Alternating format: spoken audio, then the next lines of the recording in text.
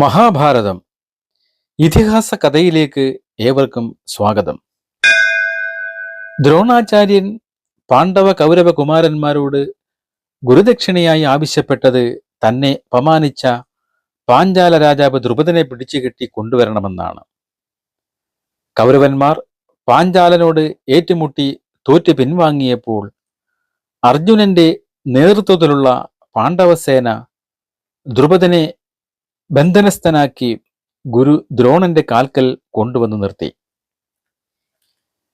വില്ലാളി വീരന്മാരിൽ അർജുനന് തുല്യം മറ്റൊരു യോദ്ധാവില്ലെന്ന് മനസ്സിലാക്കിയ ദ്രോണൻ സഭാന്തർഭാഗത്ത് വെച്ച് ബ്രഹ്മശിരസ് എന്ന മഹാ അസ്ത്രവിദ്യ അർജുനന് ഉപദേശിച്ചു കൊടുത്തു. അതിനും ദ്രോണൻ ദക്ഷിണ ചോദിച്ചു. അത് മറ്റൊന്നുമായിരുന്നില്ല, ദ്രോണൻ അർജുനനോട് പൊരുതാൻ ഒരുമ്പെടുമ്പോൾ അർജുനനും എതിർത്ത് യുദ്ധം ചെയ്യണമെന്നായിരുന്നു ഗുരു ആവശ്യപ്പെട്ട ഗുരുദക്ഷിണ.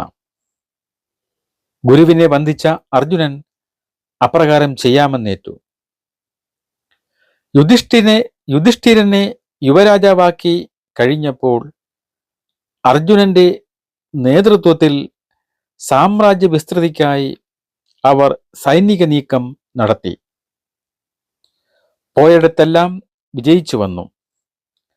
പാണ്ഡവരുടെ പ്രശസ്തി എങ്ങും വർദ്ധിച്ചു. എന്നാൽ പാണ്ഡവരുടെ വിജയഗാഥ ധൃതരാഷ്ട്രന്റെ മനസ്സിൽ അസൂയയുടെ വിത്തുപാകി. തുടർന്ന് കേൾക്കുക. തന്റെ മക്കളെക്കാൾ കേമന്മാരായി പാണ്ഡവർ വളരുന്നത് രാജാവ് ധൃതരാഷ്ട്രന്റെ മനസ്സിൽ ഈർഷ്യ വർദ്ധിപ്പിച്ചുകൊണ്ടിരുന്നു. ഉറക്കം പോലും നഷ്ടപ്പെട്ട രാജാവ് പ്രശ്നപരിഹാരത്തിനായി തന്റെ വിശ്വസ്തനും മന്ത്രിയുമായ രാജനീതികളിൽ വലിയ അറിവും ഉള്ളവനുമായ കണികനെ രഹസ്യമായി അടുത്തു വിളിച്ചു പറഞ്ഞു, കണിക, പരാക്രമശാലികളായ പാണ്ഡവന്മാരെ കാണുമ്പോൾ എനിക്ക് അസൂയ തോന്നുന്നു. എന്റെ മക്കളെ അവർ പരിഗണിക്കാതിരിക്കുമോ എന്ന ഭയം എന്നെ പിടികൂടുന്നു. എന്റെ മക്കൾക്ക് പാണ്ഡവർ ശത്രുക്കളാണ്. സന്ധി വിഗ്രഹങ്ങളൊക്കെ അറിയാവുന്ന നീ എനിക്ക് ഇതിനൊരു പരിഹാരം പറഞ്ഞു തരണം. പാണ്ഡവരെ സ്നേഹിച്ചു കൂടെ നിർത്തണോ അതോ അവരെ അകറ്റി വേറെയാക്കണോ? ഹേ കണിക, ഭവാൻ പറയുന്നത് പോലെ ഞാൻ ചെയ്യാം. രാജനീതികളെപ്പറ്റി നല്ലതുപോലെ അറിയാവുന്ന ബ്രാഹ്മണ ശ്രേഷ്ഠനായ കണികൻ ധൃതരാഷ്ട്രനോട് പറഞ്ഞു, മഹാരാജാവേ, ഞാൻ പറയുന്നത് ഭവാൻ കേട്ടാലും ഞാൻ പറഞ്ഞുവെന്ന് കരുതി നാളെ അതെനിക്ക് ദോഷമായി വരരുത്. ദുര്യോധനനും ഭീമനും തമ്മിലും അർജുനനും കർണനും തമ്മിലുമുള്ള ശത്രുത മാറ്റാൻ പറ്റുന്നതല്ലെന്ന തിരിച്ചറിവുള്ള കണികൻ രാജാവിനോട് പറഞ്ഞു തുടങ്ങി. രാജാവേ, ഭരണകർത്താക്കളായ വിവൃത പൗരുഷന്മാർ നിത്യവും ദണ്ഡനസ്ഥനായി നിൽക്കണം. ഛിദ്രാഛിദ്രങ്ങൾ നോക്കുകയും ശത്രുവിന്റെ പഴുതു നോക്കി പ്രഹരിക്കുകയും വേണം. നിത്യവും ദണ്ഡമുയർത്തുന്ന ഭരണകർത്താവിനെ ജനങ്ങൾ ഭയപ്പെടും. അതുകൊണ്ട് കാര്യങ്ങളൊക്കെ ദണ്ഡം കൊണ്ട് നടത്തണം. സ്വന്തം രഹസ്യങ്ങളെ അന്യർ കണ്ടുപിടിക്കരുത്. പരഛിദ്രത്തിൽ മനസ്സ് എത്തുകയും വേണം. ആമ തൻ്റെ അംഗങ്ങളെയെന്ന പോലെ ബുദ്ധിമാൻ സ്വഛിദ്രത്തെയും പുറത്തു കാണിക്കരുത്. തൻ്റെ ശക്തിയും വിഭവവും അന്യനറിയാതെ സൂക്ഷിക്കണം. അല്ലാത്ത കർമ്മങ്ങളിൽ ഏർപ്പെടരുത്. ശരിക്ക് വലിച്ചൂരിയെടുത്ത് കളയാത്ത മുള്ള് അനങ്ങുമ്പോഴൊക്കെ ചോര വരുത്തും.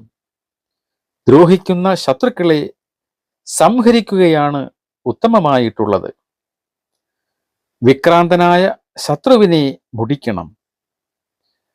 പൊരുതുന്നവനെ കൂടെ പൊറുപ്പിച്ചുകൂടാ. ശത്രുവിൻ്റെ ആപത്കാലത്തെ നോക്കിയറിഞ്ഞ് സംശയം കൂടാതെ പ്രവർത്തിക്കണം. ആലോചിച്ചു സമയം കളഞ്ഞുകൂടാ. ശത്രു ദുർബലനായാലും തുച്ഛനാണെന്ന് വിചാരിക്കരുത്. ചെറിയ തീപ്പൊരി മതി കാടൊക്കെ ചുട്ടിരിക്കാൻ. ഇരുളടഞ്ഞ കാലത്ത് അന്ധനായും പൊട്ടനായും ഇരിക്കണം. സ്വന്തം സാമർഥ്യം കാണിക്കുവാൻ തരം കിട്ടാതെ വരുമ്പോൾ എല്ലാം ഉപേക്ഷിച്ച് ശത്രുവിനെ ആശ്രയിച്ച് കൂടണം. ശത്രു ധിക്കരിച്ചു പറഞ്ഞാലും അതൊന്നും കേൾക്കാത്ത മട്ടിൽ അടങ്ങിയൊതുങ്ങി പാർക്കണം. തൻ്റെ ആയുധങ്ങൾ തൃണപ്രായം കരുതി ശത്രുഗൃഹത്തിൽ ആശ്രിതനാകുന്നതിൽ തെറ്റില്ല. വേടൻ വേട്ടയാടുന്ന മൃഗത്തെ കപടപ്രയോഗം കണ്ട് വധിക്കുന്നത് അനങ്ങാതെ ഉറക്കം അഭിനയിച്ച് കിടക്കുകയും മൃഗം വിശ്വസിച്ച് അടുത്തുകൂടി പോകുമ്പോൾ പെട്ടെന്ന് എഴുന്നേറ്റ് അതിനെ വധിക്കുകയും ചെയ്യുന്ന മാതിരി ശത്രുവിനെ വധിക്കുവാൻ കരുതിയിരിക്കണം. ദുരുദ്ദേശത്തോടെ അരികെ വന്ന് കൂടുന്ന ശത്രുവിനെ സാന്ത്വാദികൾ കൊണ്ടും പാട്ടിലാക്കി കൊല്ലണം. തന്നെ ആശ്രയിച്ചവനാണെന്ന് വിചാരിച്ച് അവനിൽ കൃപ തോന്നരുത്. കൊന്നു കളഞ്ഞു ഭയം കൂടാതെ ഇരിക്കാം. ചത്തവനെപ്പറ്റി ഭയപ്പെടേണ്ട ആവശ്യമില്ലല്ലോ.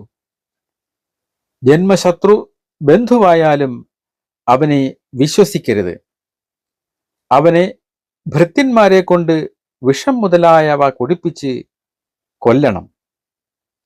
3, 5, 7 എന്നിങ്ങനെ ശത്രുപക്ഷത്തെയൊക്കെ കൊന്നുകളയണം. അതായത് ദുർഗം മുതലായവ ആക്രമിച്ച് ശത്രുവിൻ്റെ ഐശ്വര്യത്തെയും ചാരന്മാരെ വിട്ട് മന്ത്രത്തെയും വിശ്വസ്തന്മാർ വഴി തേജോവധം ചെയ്ത് ഉത്സാഹത്തെയും, ഇങ്ങനെ 3 മാർഗങ്ങളിൽ ശത്രുവിൻ്റെ ശക്തിയെ നശിപ്പിക്കണം. പിന്നെ അമാത്യൻ, രാഷ്ട്രം, ദുർഗം, കോശം, സൈന്യം ഇവ 5നെയും തകർക്കണം. പിന്നെ സാമം, ദാനം, ദണ്ഡം, തൂക്കുമരത്തിൽ കയറ്റൽ, ഭേദം, വിഷപ്രയോഗം, അഗ്നിയിലിടൽ, ഇങ്ങനെ 7 പ്രയോഗവും തരം പോലെ ചെയ്ത് അന്തം വരുത്തണം. ആദ്യം പ്രധാനിയെ, പിന്നെ സഹായികളെ, പിന്നെ മറ്റുള്ള കൂട്ടുകാരെ ഈ ക്രമത്തിൽ വധം നടത്തണം. പ്രധാനിയെ കൊന്നുകഴിഞ്ഞാൽ അവനെ ആശ്രയിക്കുന്നവരുടെ ജീവൻ അപകടത്തിലാണെന്ന് ധരിക്കും. വൈര്യപക്ഷത്തിന്റെ പേര് പോലും അവശേഷിപ്പിക്കരുത്. ആപത്കാലം നോക്കി ഇതൊക്കെ സംശയം കൂടാതെ ചെയ്യണം. അടിവേരി കളഞ്ഞാൽ അതിനെ ആശ്രയിക്കുന്നവരും മുടിയും. വേരറുത്താൽ പിന്നെ വൃക്ഷത്തിന്റെ ശാഖോപശാഖകൾ നിലനിൽക്കുമോ? കരുതലോടെ തൻ്റെ പഴുതടച്ച് ശത്രുവിൻ്റെ പഴുത് കാണണം. ശത്രുക്കളിൽ നിന്ദോദ്യോഗത്തോടെ കരുതി പ്രവർത്തിക്കണം. അജ്ഞാധ്യാനം, യജ്ഞകർമ്മം, കാഷായം, ജഡ, മാൻതോൽ എന്നിവ കൊണ്ട് ജനവിശ്വാസം നേടി ചെന്നായെപ്പോലെ ശത്രുക്കളെ വധിക്കണം. നല്ല തോട്ടി കൊണ്ട് കായയുള്ള കൊമ്പ് വീഴ്ത്തി ഓരോ കായും പാകം നോക്കി പറിച്ചെടുക്കുന്ന മാതിരി വേണം ബുദ്ധിമാൻ അർത്ഥം നേടുവാൻ നോക്കേണ്ടത്. ഫലസിദ്ധിക്ക് ഇതാണ് പണ്ഡിതന്മാർ സമ്മതിക്കുന്ന ഉപായം. തരം കിട്ടുന്നതുവരെ തൻ്റെ പുറത്ത് വൈരിയെ ഏറ്റിക്കൊണ്ട് നടക്കുക. തരം കിട്ടുമ്പോൾ കല്ലെറിഞ്ഞ കുടം പോലെ എറിഞ്ഞു തകർക്കണം. ആവലാതി പറഞ്ഞാലും ശത്രുവിൻ്റെ നേരെ കരുണ തോന്നി വിടരുത്. അപകാരിയോട് ഒരിക്കലും കൃപ കാണിക്കരുത്, കൊല്ലുക തന്നെ വേണം. ശത്രുവിനെ സാന്ത്വം പ്രയോഗിച്ചും ദാനം ചെയ്തും ഭേദദണ്ഡങ്ങൾ കൊണ്ടും ഒടുക്കണം. ഇത് കേട്ട് ധൃതരാഷ്ട്രൻ പറഞ്ഞു, സ്വാന്തം, ദാനം, ഭേദം, ദണ്ണം ഇവയൊക്കെ കൊണ്ട് എങ്ങനെയാണ് ശത്രുവിനെ കൊല്ലുക? അതും മുറയ്ക്ക് എന്നോട് പറഞ്ഞു തന്നാലും. ഇത് കേട്ട് കണികൻ പറഞ്ഞു, ഹേ രാജാവേ, പണ്ട് കാട്ടിൽ ഒരു കുറുക്കൻ പാർത്തിരുന്നു. നീതിശാസ്ത്രത്തിൽ നിപുണനായിരുന്നു അവൻ. ആ കുറുക്കൻ പറ്റിച്ച ഒരു കഥ ഞാൻ പറയാം. മഹാബുദ്ധിമാനും താൻ കാര്യത്തിൽ മഹാമിടുക്കനുമായ അവൻ ചെന്നായി, എലി, പുലി, കീരി എന്നീ സ്നേഹിതന്മാരോടുകൂടി ഒരു കാട്ടിൽ താമസിക്കുകയായിരുന്നു. ആ കാട്ടിൽ കയ്യുകേറിയ ഒരു മാനിനെ അവർ കണ്ടു. അവനെ പിടിക്കുവാനുള്ള ശക്തി അവർക്കുണ്ടായിരുന്നില്ല. തന്മൂലം അശക്തരായ അവരെല്ലാവരും സമ്മേളിച്ച് അതിനുവേണ്ട മാർഗം ആരാഞ്ഞു. കുറുക്കൻ പറഞ്ഞു, ഹേ വ്യാക്രമേ, നീ ഈ മാനിനെ കൊല്ലുവാൻ പലവട്ടം ശ്രമിക്കുകയുണ്ടായല്ലോ. ഞാൻ അവനെ പിടിക്കുവാൻ ഒരു സൂത്രം കാണുന്നുണ്ട്. യുവാവും ബുദ്ധിമാനും ശക്തനുമായ ആ മാനിനെ എളുപ്പത്തിൽ വീഴ്ത്തുവാൻ സാധ്യമല്ല. അവൻ ഉറങ്ങിക്കിടക്കുന്ന സമയത്ത് എലി പോയി അവന്റെ ഉള്ളങ്കാൽ കരണ്ട് മുറിക്കട്ടെ. കാൽ കരണ്ട് മുറിക്കപ്പെട്ടത് മൂലം നടക്കുവാൻ വിഷമിക്കുന്ന അവനെ പുലി പോയി കടിച്ചു കൊല്ലട്ടെ. പിന്നെ നമ്മൾക്കെല്ലാവർക്കും കൂടി അവനെ സന്തോഷത്തോടെ ഭക്ഷിക്കാം. കണികൻ പറഞ്ഞു, കുറുക്കന്റെ അഭിപ്രായം എല്ലാവരും ശരിവെച്ചു. സൂത്രം പറ്റി. എലി മാനിന്റെ കാൽ പതുക്കെ കരണ്ട് തിന്നു. പിന്നെ തക്ക സന്ദർഭത്തിൽ പുലി പോയി എതിർത്ത് ആ മാനിനെ കടിച്ചു കൊന്നു. നിലത്ത് വീണ് പിടയുന്ന മൃഗശരീരം കണ്ട് എല്ലാവരും കൊതിയോടെ അടുത്തുകൂടി. അപ്പോൾ കുറുക്കൻ പറഞ്ഞു, ഹേ സുഹൃത്തുക്കളെ, നിങ്ങൾ എല്ലാവരും കുളിച്ച് ശുദ്ധമായി വരുവിൻ. ഞാൻ ഇവിടെ ശുദ്ധമായ മൃഗമാംസം കാത്തു നിൽക്കാം. ശൃഗാലന്റെ വാക്കുകേട്ട് എല്ലാവരും പുഴയിൽ കുളിക്കാൻ പോയി. അപ്പോൾ ജംബുകൻ ചിന്താപരവശനായി ധ്യാന നിമഗ്നനായി നിന്നു. കയ്യൂക്കുള്ളവനായ പുലി അതിവേഗം ആദ്യം കുളി കഴിഞ്ഞെത്തി. എന്നാൽ കുറുക്കൻ അപ്പോൾ ധ്യാനിച്ചു നിൽക്കുന്നതായി കണ്ട് വ്യാഘ്രം അത്ഭുതത്തോട് ചോദിച്ചു, എടോ ബുദ്ധിമാനായ ജംബുക, ഭവാൻ എന്താണ് ഇങ്ങനെ ദുഃഖിച്ചു നിൽക്കുന്നത്? ബുദ്ധിമാന്മാർക്ക് ദുഃഖിപ്പാൻ എന്തുള്ളൂ? നമുക്ക് ഇവന്റെ മാംസം തിന്ന് കളിച്ചു പുളച്ച് ഉല്ലസിക്കാമല്ലോ. ഇത് കേട്ട് കുറുക്കൻ പറഞ്ഞു, ഹേ വീരനായ വ്യാഘ്രമേ, മൂഷികൻ പറഞ്ഞ വാക്ക് കേട്ടുവോ? അത് കേട്ട് ഞാൻ അമ്പരന്നു നിന്നുപോയതാണ്. മൃഗരാജാവായ വ്യാഘ്രത്തിന്റെ ബലം തുച്ഛമാണ്. മാനിനെ ഞാനാണല്ലോ കൊന്നുകളഞ്ഞത്. എന്റെ കയ്യൊക്കിനെ ആശ്രയിച്ചാണല്ലോ നിങ്ങളൊക്കെ അന്നം കഴിക്കുന്നത്. അവന്റെ ഈ മേനിവാക്ക് കേട്ടിട്ട്, ആ വീരവാദം കേട്ടിട്ട് എനിക്ക് ഈ മാംസം തിന്നാൻ തോന്നുന്നില്ല. എങ്ങനെ തിന്നും? അപ്പോൾ വ്യാഘ്രം പറഞ്ഞു, അമ്പട, അവൻ അങ്ങനെ പറഞ്ഞുവോ? ശരി, എന്നാൽ അവന്റെ സഹായം കൂടാതെ തന്നെ എനിക്ക് ജീവിക്കാൻ പറ്റുമോ എന്ന് ഞാനൊന്നൊക്കെ നോക്കട്ടെ. ഞാൻ എൻ്റെ കയ്യൂക്ക് കൊണ്ട് തന്നെ പരാശ്രയം കൂടാതെ മൃഗങ്ങളെ കൊന്ന് മാംസം തിന്ന് ജീവിച്ചു കൊള്ളാം എന്ന് പറഞ്ഞ് പുലി ഓടി കാട്ടിലേക്ക് കയറി. ഈ സന്ദർഭത്തിൽ അവിടെ മൂഷികൻ എത്തി. ആ മൂഷികനെ നോക്കിയും വിദ്വാനായ കുറുക്കൻ പറഞ്ഞു, എടോ മൂഷിക, ഭവാന് മംഗളം ഭവിക്കട്ടെ. കീരി പറഞ്ഞ വാക്ക് ഭവാൻ കേട്ടില്ലേ? ഈ മൃഗത്തിന്റെ മാംസം എനിക്ക് വേണ്ട. അത് പുലി തൊട്ടതുകൊണ്ട് വിഷമാണ്. അതുകൊണ്ട് ഞാൻ മൂഷികനെ തിന്നട്ടെ. നിങ്ങൾ എന്നെ അതിന് അനുവദിക്കണം എന്ന്. ഈ വാക്കു കേട്ടപ്പോൾ ഉടനെ ഭയപ്പെട്ട് മൂഷികൻ ഓടി മാളത്തിൽ പോയി ഒളിച്ചു കളഞ്ഞു. ആ സമയത്ത് ചെന്നായി കുളി കഴിഞ്ഞ് അവിടെ എത്തി. ഉടനെ കുറുക്കൻ ചെന്നായോട് പറഞ്ഞു, എടോ മൃഗമേ, മൃഗരാജാവായ വ്യാഘ്രം ഭവാന്റെ നേരെ കുപിതനായിരിക്കുകയാണ്. മൃഗരാജന്റെ ബന്ധുക്കൾ ഇപ്പോൾ ഇവിടെ എത്തുമത്രേ. അത് ഭവാന്റെ ഗുണത്തിനാവുകയില്ല. അവൻ ഭാര്യയോടുകൂടി ഇവിടെ എത്തും. വേണ്ടതെന്താണെന്ന് ചിന്തിച്ച് ചെയ്തു കൊള്ളുക. കുറുക്കന്റെ വാക്കുകേട്ട് ചെന്നായി ഭയപ്പെട്ടു. ഉടനെ മെയ്യ് കൂച്ചു പരുവമാക്കി വാലും മടക്കി ആ മാംസക്കൊതിയൻ കാട്ടിലേക്ക് ഓടിക്കളഞ്ഞു. അല്പസമയത്തിനു ശേഷം കീരിയും വന്നു ചേർന്നു. കുറുക്കൻ ആ കീരിയോട് പറഞ്ഞു, ഞാൻ മറ്റു മൃഗങ്ങളെയൊക്കെ എന്റെ കയ്യൂക്കുകൊണ്ട് തോൽപ്പിച്ച് ഓടിച്ചു കളഞ്ഞു. ഇനി നാം തമ്മിൽ ദ്വന്ദ്വയുദ്ധം ചെയ്യുക. എന്നെ ജയിച്ച് നീ മാംസം ഭുജിച്ചുകൊള്ളുക.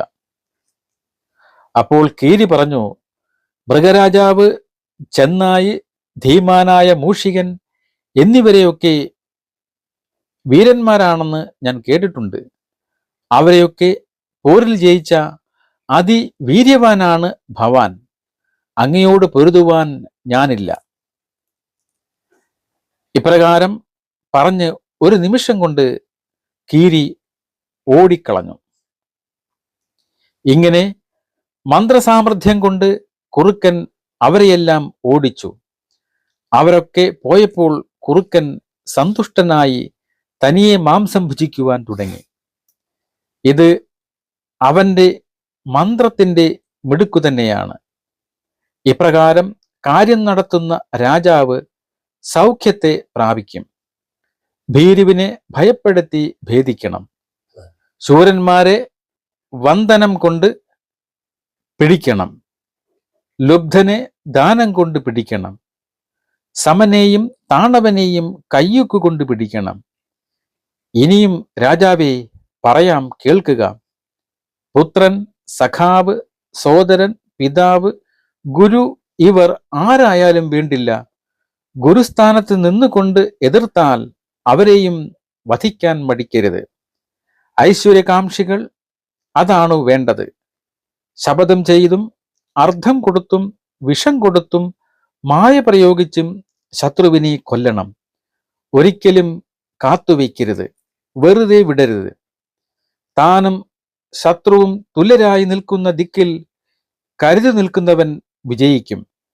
കാര്യകാര്യങ്ങൾ നോക്കാതെ ഗർവിച്ച് വഴിതെറ്റുകയാണെങ്കിൽ ഗുരുവര്യനായാലും അവനെ വിശ്വസിക്കുന്നത് ന്യായമാണ്. ചൊടിച്ചാലും ചൊടിക്കാത്ത വിധം പുഞ്ചിരിയോടെ കാര്യം പറയണം. കോപിക്കുന്ന അവസരത്തിലും അന്യരെ നിന്ദിച്ചു പറയരുത്. പ്രഹരിക്കുന്ന അവസരത്തിലും പ്രഹരമേൽക്കുമ്പോഴും പ്രിയം പറയുന്നവൻ വിജയിക്കും. പ്രഹരിച്ചാൽ നല്ല വാക്കു പറഞ്ഞ് സമാശ്വസിപ്പിക്കണം. അങ്ങനെ ശോചിക്കുകയും കരയുകയും ചെയ്ത് ബുദ്ധിമാൻ കാര്യം നേടുന്നു. തെറ്റ് കണ്ടാൽ വീണ്ടും പ്രഹരിക്കണം. മഹാദ്രോഹിയായാലും ധർമ്മം തെറ്റാതെ നിൽക്കുകയാണെങ്കിൽ അവന്റെ ദോഷത്തെ ആ ധർമ്മം കാർമേഘം പർവ്വതത്തെ എന്ന വിധം മറയ്ക്കും. കൊലപാതകത്തിന് അടുക്കുന്നവന്റെ വസതി ചുട്ടുപൊരിക്കണം. ദരിദ്രന്മാർ, നാസ്തികന്മാർ, കള്ളന്മാർ എന്നിവരെയെല്ലാം നാടുകടത്തണം. എതിരേൽപ്പ്, അഭിവാദ്യം മുതലായവ കൊണ്ടും പാരിതോഷിക ദാനങ്ങൾ കൊണ്ടും വിശ്വസിപ്പിച്ച് കാച്ചണം. പിന്നെ അവൻ തല പൊക്കരുത്, നാമാവശേഷമാക്കണം. ശങ്കിക്ക വയ്യാത്തവനെയും ശങ്കിക്കണം. ശങ്കിക്കേണ്ടവരെ പറ്റി പറയേണ്ടതില്ലല്ലോ. വിശ്വസ്തന്മാർ ചെയ്യുന്ന ചതി മൂലച്ഛേദം വരുത്തുമെന്നറിയണം. അവിശ്വസ്തനിൽ വിശ്വാസം പാടില്ല. വിശ്വസ്തന്മാരെയും അതിർത്തി വിട്ട് വിശ്വസിക്കരുത്. തൻ്റെ അടുത്തും ശത്രുവിൻ്റെ അടുത്തും ചാരന്മാരെ നിയോഗിക്കണം. പാഷണ്ഡന്മാരെയും താപസന്മാരെയും ശത്രുവിന്റെ രാജ്യത്ത് ചാരന്മാരായി നിയോഗിക്കണം. ഉദ്യാനങ്ങൾ, വിഹാരങ്ങൾ, ക്ഷേത്രങ്ങൾ, പാനാകാരങ്ങൾ, തീർത്ഥസ്ഥലങ്ങൾ, വഴിയമ്പലങ്ങൾ, കിണറുവക്കുകൾ, കുന്നുകൾ, കാടുകൾ, സമാജസ്ഥലങ്ങൾ, പുഴവക്കുകൾ ഇവിടെയൊക്കെ ചാരന്മാരെ അയക്കണം. വാക്കുകൊണ്ട് ഭംഗിയായി പറയുകയും ചിരിച്ച് വിനീതനായിരിക്കുകയും ചെയ്യുമ്പോൾ തന്നെ മനസ്സുകൊണ്ട് വാളുപോലെ മൂർച്ചയുള്ളത് ആയി മാറുകയും വേണം. തക്ക ക്രിയകൾ അപ്പപ്പോൾ ചെയ്യണം. കൈകൂപ്പുക, ശപഥം ചെയ്യുക, ഞാൻ വേണ്ടത് തരാം എന്ന് സാന്ത്വനം പറയുക, കാൽക്കൽ കുമ്പിട്ട് വന്ദിക്കുക. ഇങ്ങനെ ആശാകരമായ പണികൾ ധനവാനായി ജീവിക്കുവാൻ ആശിക്കുന്നവൻ സന്ദർഭോചിതമായി ചെയ്യണം. പുഞ്ചിരി തൂകി ആശിപ്പിക്കണം, കൊടുത്തു പോകരുത്. പൂത്തു നിൽക്കണം, കായ്ക്കരുത്. കായ്ച്ചാലും മുകളിൽ കയറുവാൻ സമ്മതിക്കരുത്. പഴുത്തതെന്ന് തോന്നിയാലും പച്ചയായി തന്നെ നിൽക്കണം.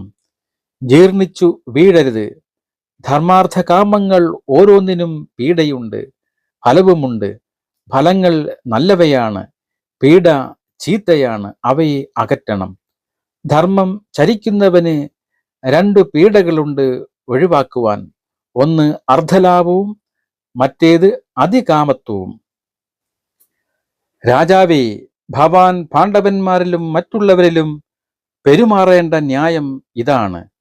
ഇത് മനസ്സിലാക്കി പ്രവർത്തിച്ചാൽ ഭവാൻ ഒരിക്കലും കുഴപ്പത്തിൽപ്പെടുകയില്ല. നന്നായി കൃത്യം നടത്തുക. എന്നാൽ സർവകല്യാണ സമ്പന്നനും സർവശ്രേഷ്ഠനുമായ ഭവാൻ ശോഭിക്കും.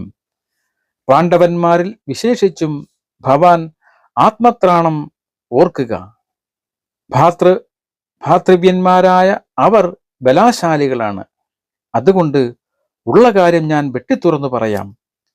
മക്കളോടുകൂടി ഭവാൻ ഇതു കേട്ട് യത്നിച്ച് പാണ്ഡവന്മാരെ കൊണ്ടുള്ള ഭയം തീർത്തുവിടുക. ആ ശല്യം നിങ്ങൾ ഗൃഹത്തിൽ വെച്ച് പൊറുപ്പിച്ചാൽ നിങ്ങൾക്ക് ആപത്ത് സംഭവിക്കും, തീർച്ചയാണ്. രാജാവേ, പിന്നീട് വ്യസനിക്കുവാൻ ഇടവരാത്ത വിധം നീതി കഴിയുന്ന വേഗം നടത്തിയാലും. കണികൻ ഇത്തരത്തിലുള്ള കുടില തന്ത്രങ്ങളാണ് ധൃതരാഷ്ട്രനെ ഉപദേശിപ്പിച്ച് കേൾപ്പിച്ചത്. ഇതെല്ലാം കേട്ട് ധൃതരാഷ്ട്ര രാജാവ് കർത്തവ്യത മൂഢനായി ദുഃഖിച്ച് ഇരിപ്പായി.